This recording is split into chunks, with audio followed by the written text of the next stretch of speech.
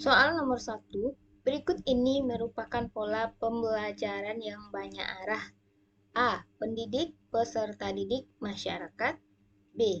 Pendidik, tenaga kependidikan, peserta didik. C. Pendidik, masyarakat, peserta didik. D. Peserta didik, masyarakat, peserta didik. E. Pendidik, peserta didik, peserta didik. Jawaban E. Pendidik, peserta didik, peserta didik. Untuk meningkatkan keaktifan belajar, pola komunikasi yang diciptakan oleh pendidik mempunyai banyak arah.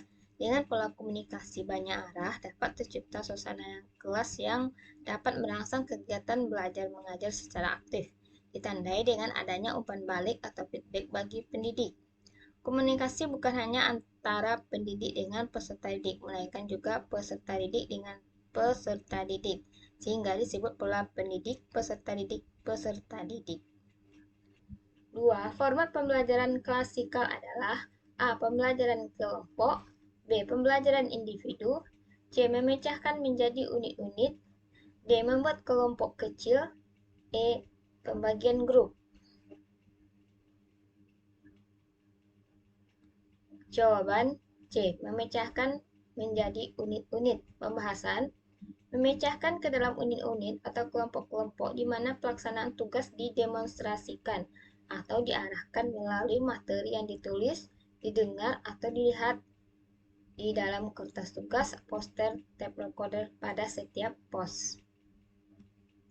3. Teknik pemberian umpan balik. A. Umpan balik umum, B. Umpan balik khusus, C. Umpan balik mapan, D. Umpan bola balik, E. Umpan balik tugas. Jawaban A. Umpan balik umum. 4. Karakteristik insan terdidik dalam PJOK adalah A. Segar secara jasmaniah, B. Berpartisipasi secara teratur dalam aktivitas fisik, C. Mengetahui manfaat melakukan aktivitas jasmani, D. Sehat jasmani untuk melakukan setiap aktivitas fisik, E. Lebih banyak bergerak untuk mendapatkan kebugaran. Jawaban B. Berpartisipasi secara teratur dalam aktivitas fisik. 5. Pemberian umpan balik yang efektif bermanfaat. A. Prestasi belajar peserta didik, B. Motivasi peserta didik, C. Rutinitas pembelajaran, D. Respon pendidik atas prestasinya, E. Reward. Jawaban A. Prestasi belajar peserta didik.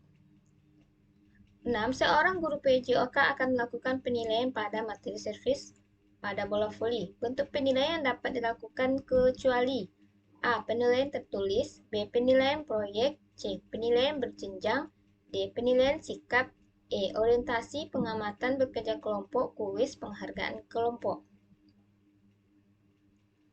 Jawaban C. Penilaian berjenjang karena yang diminta kecuali.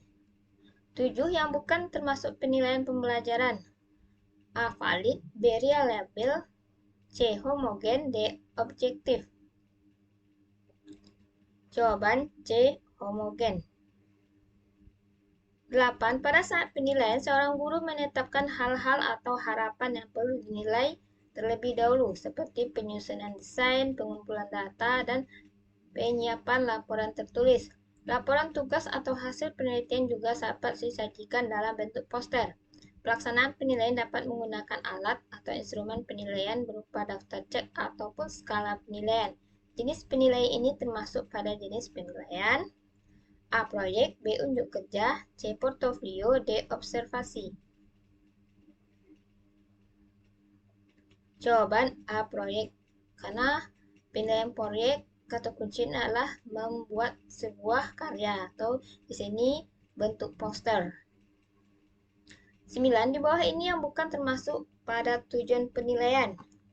A. Mengetahui tingkat penguasaan kompetensi dalam sikap, pengetahuan, keterampilan yang sudah ada dan belum dikuasai seorang atau kelompok peserta didik untuk ditingkatkan dalam pembelajaran remedial dan program pengayaan. B. Memperbaiki proses pembelajaran pada pertemuan semester berikutnya. C. Menetapkan program perbaikan atau pengayaan berdasarkan tingkat penguasaan kompetensi bagi mereka yang diidentifikasi peserta sebagai peserta didik yang lambat atau cepat dalam belajar dan pencapaian hasil belajar. D. Menentukan kualitas peserta didik dalam proses belajar mengajar.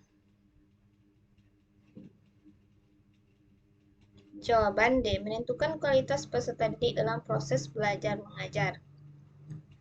10.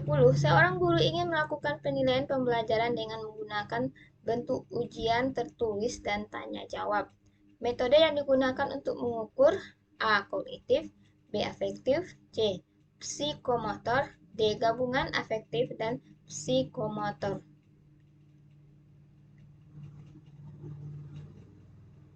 Jawaban A. Kognitif. 11. Ilmu yang mempelajari tentang fungsi atau cara kerja organ tubuh serta perubahan-perubahan yang terjadi akibat pengaruh dari dalam maupun luar tubuh adalah A. Anatomi, B. Kinesiologi, C. Faal, D. Biomekanik. Jawaban A. Anatomi. Pembahasan.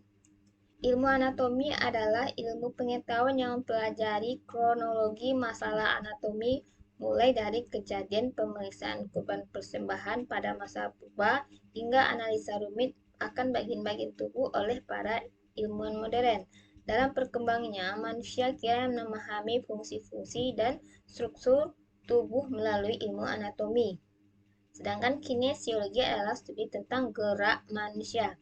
Biomekanika adalah ilmu yang mempelajari tentang bentuk dan macam-macam gerakan manusia dalam olahraga atas dasar prinsip-prinsip mekanika dan menganalisis gerakan olahraga tersebut untuk dimengerti. 12. Sel saraf yang berperan membawa rangsang dari saraf pusat dan susunan tulang belakang menuju otot dan kelenjar adalah A. Saraf motorik, B. Konduktor, C. Saraf sensorik, D. Ganglion. Jawaban A. Saraf motorik. Pembahasan saraf motorik merupakan kumpulan saraf di otak, tulang belakang, dan jaring otot yang mengatur fungsi gerakan otot tubuh. Sedangkan fungsi saraf sensori adalah menerima rangsang dari luar tubuh untuk disampaikan ke otak.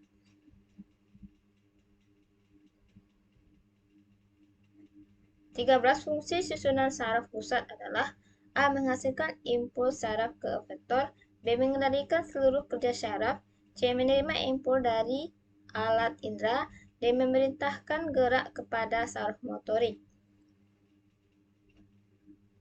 Jawaban B. Mengendalikan seluruh kerja saraf. 14. Aspek fungsi yang lebih dominan keterlibatannya dalam proses belajar gerak adalah aspek-aspek A. Fisik, B. Psikomotor, C. Kognitif, D. Motorik. Jawaban D. Motorik. 15. Pitt dan Posner mengemukakan bahwa proses belajar terjadi melewati fase-fase kecuali A. Asosiatif, B. Otomatisasi, C. Kooperatif, D. Kognitif. Jawaban C. Kooperatif. Dalam mempelajari keterampilan motorik, menurut Pitt dan Posner tahun 1967, menyatakan bahwa proses belajar ada 3 fase atau tahapan pembelajaran, yaitu kognitif, fase asosiatif, dan fase otomatisasi.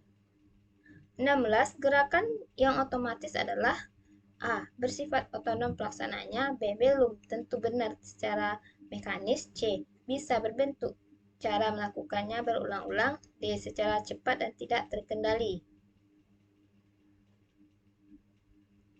Jawaban A. Bersifat otonom pelaksananya. Demikian teman-teman untuk video kali ini. Kita ketemu lagi di part berikutnya. Semoga teman-teman bisa lulus dan menjadi guru yang berhasil. Amin, amin, ya rabbal alamin. Assalamualaikum warahmatullahi wabarakatuh.